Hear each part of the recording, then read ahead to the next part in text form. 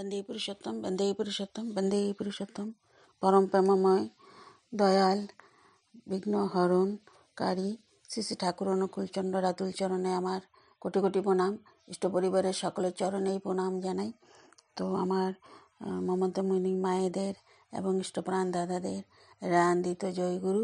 এখানে আমি ঠাকুরকে প্রশ্ন করা হয়েছিল, আলোচনা প্রসঙ্গে প্রফুল্লদা করেছিলেন, আপনি গোড়া থেকেই বুঝতেন যে আপনি জগতের কল্যাণের জন্য আবির্ভূত হয়েছেন?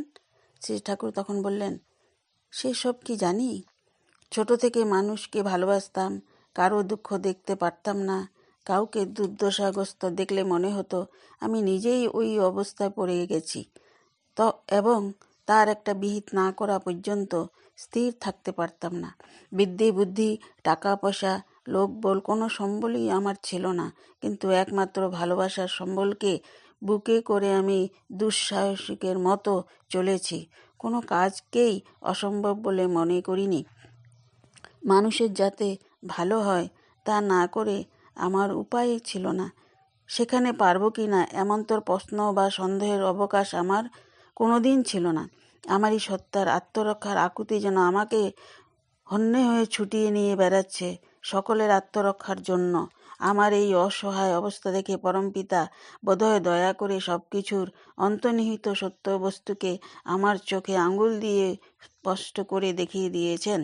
তাই আমি লেখাপড়া না জানলেও ব্যষ্টি ও সমষ্টি জীবনের সব দিককার সব রকম মঙ্গল কিভাবে হবে সে সম্বন্ধে আমার বুঝতে কিছু বাকি নেই।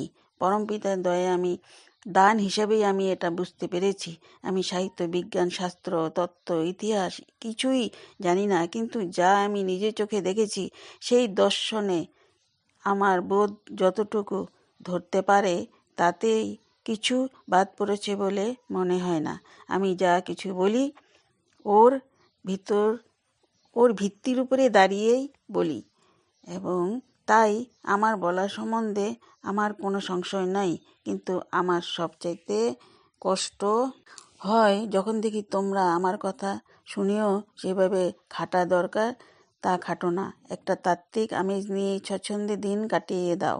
এ কথা ঠিক যেন আমি নিষ্ক্রিয় আলাপ আলোচনা পছন্দ করি না। তোমাদের ফিঙ্গে হয়ে লাগার পর বাংলার, ভারতের তথা সমগ্র জগতের অনেক কিছু দুঃখ কষ্টে সমাধান নির্ভর করছে। যা বলেছি সেভাবে তীব্র বেগে এগিয়ে যদি না চলো, সারা দেশে এটা যদি ছড়িয়ে না দাও, তাড়াতাড়ি মানুষগুলিকে ব্যষ্টিগত ও সমষ্টিগতভাবে যদি সুগঠিত ও সংগঠিত করে না তোলো, তবে অদূর ভবিষ্যতে তোমরা এত বড় বিপর্যয়ের সম্মুখীন হবে যার ভয়াবহতা এই অবস্থার তোমরা কল্পনাও করতে পারো না। আমার কি কষ্ট হয় তা তোমরা বুঝতে পারো না। তাহলে এমন করে যার যার পিষ্টান দিয়ে আবদ্ধ হয়ে থাকতে পারতে না। আমি বলি, তোমাদের পিষ্টানের প্রতি যদি সুবিচার করতে চাও, তাহলে ওইগুলির প্রতি নির্মম হয়ে আমি যা বলি তাই করো।